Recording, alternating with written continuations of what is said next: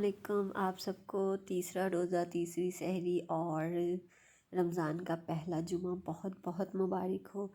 आज तीसरा रोज़ा गुज़र गया और पता भी नहीं चला 2 रोज़ों का।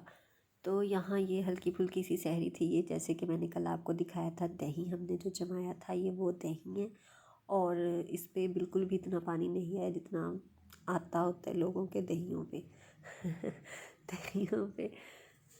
इसलिए कि बहुत से लोग कहते हैं कि हमारे दही पे पानी बहुत आ जाता है, पता नहीं क्यों आ जाता है, लेकिन हमारे दही पे इतना पानी नहीं आता है, बिल्कुल भी नहीं आता है। तो यहाँ जब सहरी हो गई थी, उठ गए थे 11-12 बजे के करीब, तो फिर मैंने ना आज लॉन के कपड़े निकाल दिए थे। सर्दियों के तो रख दिए थे लेकिन लॉन के अभी निकाले नहीं थे।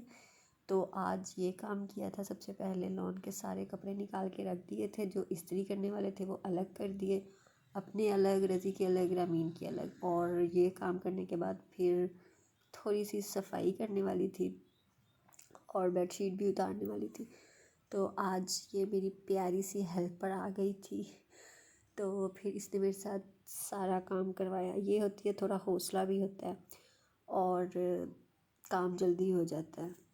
तो जब मैं अकेली होती हूँ तो रामीन मुझे बहुत तंग करती है, तो इसलिए फिर जब ये आती है फिर मैं वो काम कर लेती हूँ जो कि रामीन के साथ अकेले करने वाला नहीं होता है।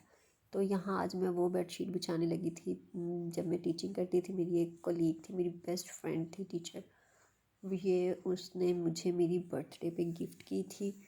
तो ये एक दफ़ा मेरे ख्याल में मैंने 1-1.5 साल पहले बिछाई थी, उसके बाद रख दी थी। तो मैंने कहा आज मैं यही बिछा लेती हूँ, थोड़ी उसकी याद ताज़ा हो जाएगी। अब कोई बातचीत नहीं है, मोबाइल गुम गया, नंबर भी गुम गया, कुछ भी नहीं है। बहुत अच्छी थी वो और किसी तरह से नंबर आ भी नहीं सकता है। तो यहाँ फिर आज डस्टिंग भी की, झाड़ू लगाया, वैक्यूम किया, बहुत सारा काम किया था। तो रामीन को शायद हमारा काम पसंद नहीं आया था, वो धड़ाधड़ वाइपर लगाने लगी हुई थी। तो यहाँ आज जो सफाई हुई थी ना, मज़ा आ गया था। इतना साफ सुकून सा मिल गया था। पता है क्या है, जब हवा चलती है ना तो मिट्टी बहुत आती है अगर ये विंडो वगैरह ओपन हो, तो इसलिए फिर वो मिट्टी की वजह से ना अजीब सा लगता है। अगर विंडो वगैरह बंद करके रखो वो फिर वैसे ही, मतलब कि वेंटिलेशन के लिए कुछ नहीं होता है। वो वेंटिलेशन तो तभी होगी ना जब हम विंडो वगैरह ओपन रखेंगे। तो फिर जब बंदा साफ़ सुथरा करता है और एकदम से जब आंधी आती है ना तो बहुत गुस्सा आता है जब मिट्टी दोबारा से आ जाती है। तो यहाँ पे डस्टिंग भी डन हो चुकी थी, वॉशरूम भी धुल गए थे, सफाई सुथराई का सारा काम हो चुका था और बाहर था बारिश वाला मौसम। अच्छा, रमज़ान से 2 दिन पहले था ना, बहुत गर्मी थी, लेकिन ये जो 2 रोज़े गुजरे ना ये बहुत अच्छे, ठंडे ठंडे, इसी तरह रहे ना, ठंडा ठंडा फिर रह।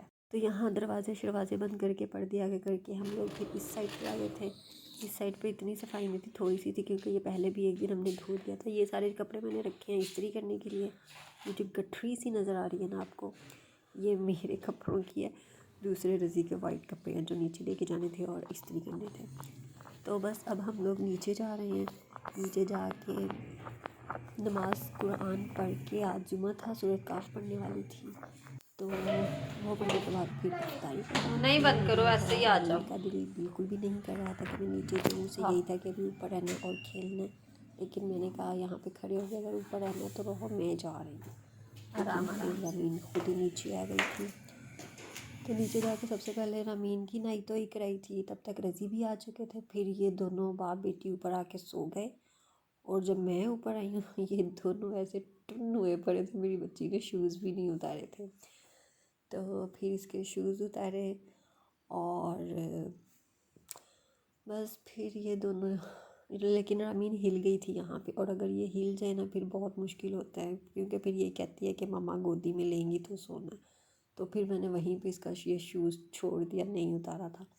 बड़ी मुश्किल से फिर इसने उतरवाया और फिर ये दोनों वापस सो गए। तो अब मैं तो नीचे चली जाऊंगी, ये दोनों सोए रहेंगे और नीचे जाके मैं और मामा फिर अफ्तारी का काम करेंगे। अफ्तारी में आज हम लोगों ने कुछ सादा नहीं बनाना है, बहुत कम सा बनाना है।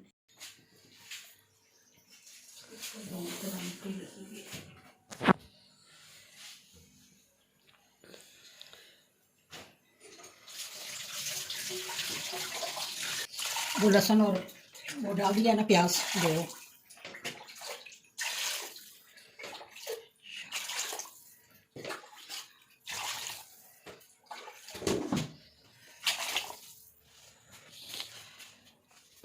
अब वो साबुत धनिया,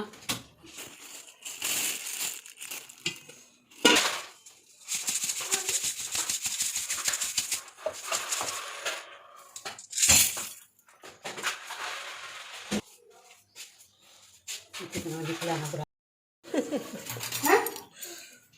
गाड़ी के बगैर नहीं आती प्लेट में, इसके मसले बड़े हैं।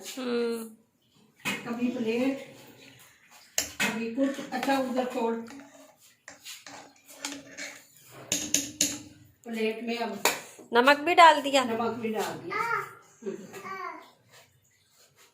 क्या इसमें डालो? तो यहाँ मम्मा ने पुलाव के लिए यखनी रख दी थी और अब बनाने लगे थे हम कद्दू का रायता। मतलब कद्दू कश करना था, उसको बॉईल करना था और दो से तीन से चार पैकेट बना के हमने रख लिए। पहले भी इसी तरह करते हैं, एक ही दफ़ा कद्दू को बॉईल करके उसके पैकेट बना के रख लेते हैं। तो फिर जब दिल करता है या सालन वगैरह नहीं बनता है या चावल वगैरह हों तो इसका रायता बना के हम लोग यूज़ कर लेते हैं। तो यहाँ पे कश हो चुका था, अब ये दूसरा करना था। उसको उसमें कन्वर्ट किया है कुकर में, फिर वो ग्रेटर रख के तो दूसरा कद्दू भी इसी में कर लिया था। क्योंकि वो स्पेस उसमें ज़रा कम थी तो मुश्किल हो रही थी, इसलिए फिर मैंने कहा मम्मा इसी तरह कर लेते हैं।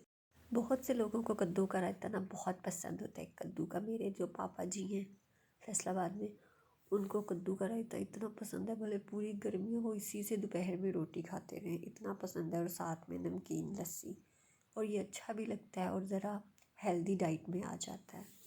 और कद्दू वैसे भी हज़रत मोहम्मद सल्लल्लाहु अलैहि वसल्लम को बहुत पसंद था, बहुत पसंद था। और ये खाना भी सुन्नत है।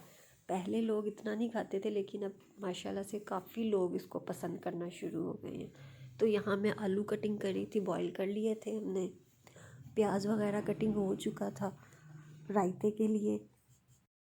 और यहाँ दूध भी अब लेट आना शुरू हो गया, तकरीबन 4:30 के करीब आता है। और ये दूसरी साइड पे मैं धनिया पुदीने की चटनी बनाने लगी थी। पहले इसको हल्का सा कूट लिया था कूंडे में, क्योंकि जग में ना फिर पकड़ा नहीं जाता है, जो उसके मोटे मोटे डंडे होते हैं।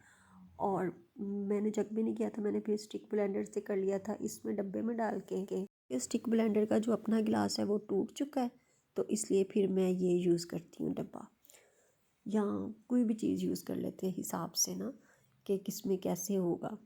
तो यहाँ पे आज हम तुखम मुलंगा पानी में डालेंगे शरबत में। तो मैं ये चुन रही थी, इसमें कोई पत्थर वगैरह तो नहीं है। जल्दी जल्दी जल्दी जल्दी तो इसको भिगो के रखना था। इसको भी तकरीबन 10 मिनट चाहिए होते हैं भीगने के लिए, 10 से 15 मिनट।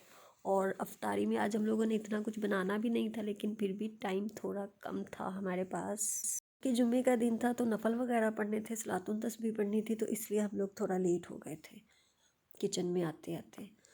तो इंसान जब भी जल्दी में होता है ना, हमेशा लेट हो जाता है, कोई ना कोई काम ख़राब हो जाता है या फिर कुछ और इश्यूज़ हो जाते हैं। तो यहाँ मैं रायता बनाने लगी थी, मम्मा दूसरी साइड पे पुलाव बना रही थी। और मैंने पुलाव की वीडियो रिकॉर्ड करनी थी, लेकिन जल्दी इतनी थी कि मैं सिर्फ रायता बना रही थी और मम्मा फिर पुलाव की तरफ लग गई। और फिर याद भी भूल गया कि पुलाव की भी वीडियो लेनी थी। और फिर अफ्तारी बनाने का इतना मज़ा आता है ना जब जल्दी जल्दी जल्दी जल्दी होती है। तसल्ली में मुझे लगता है अफ्तारी बनाने का इतना मज़ा नहीं आता जितना जल्दी जल्दी में बनाने का मज़ा आता है। बाकी हर किसी का अपना अपना होता है, जल्दी बना के बैठ जाते हैं, तस्बीह वगैरह करते हैं या कुछ और, वो कुरान पाक वगैरह पढ़ लेते हैं। लेकिन मैं कहती हूँ बंदा पहले ही सारा कुछ पढ़ ले ताकि तसल्ली से जल्दी में अफ्तारी बना ले, तसल्ली से जल्दी में अफ्तारी बना ले। तो यहाँ मैंने वो जो चटनी बनाई थी उसका पानी इस रायते में डाल रही थी, तो मम्मा ने कहा ये पानी इसमें नहीं डालना था, ये वैसे वाइट वाइट सा रायता रखना था, लेकिन मैंने डाल दिया। अब वो ग्रीन टाइप की चटनी बन गई थी, ग्रीन टाइप का रायता बन गया था।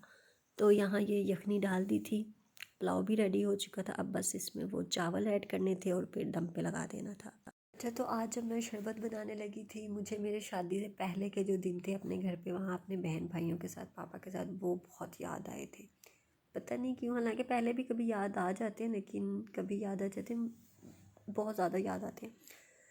तो हम लोग क्या करते थे अफ्तारी में, मेरे भाइयों का मस्ट होता था कि उन्होंने सहरी में, तब ज़्यादा गर्मी होती थी, उन्होंने सहरी में लस्सी और हम लोग बनाते थे मैंगो मिल्क शेक।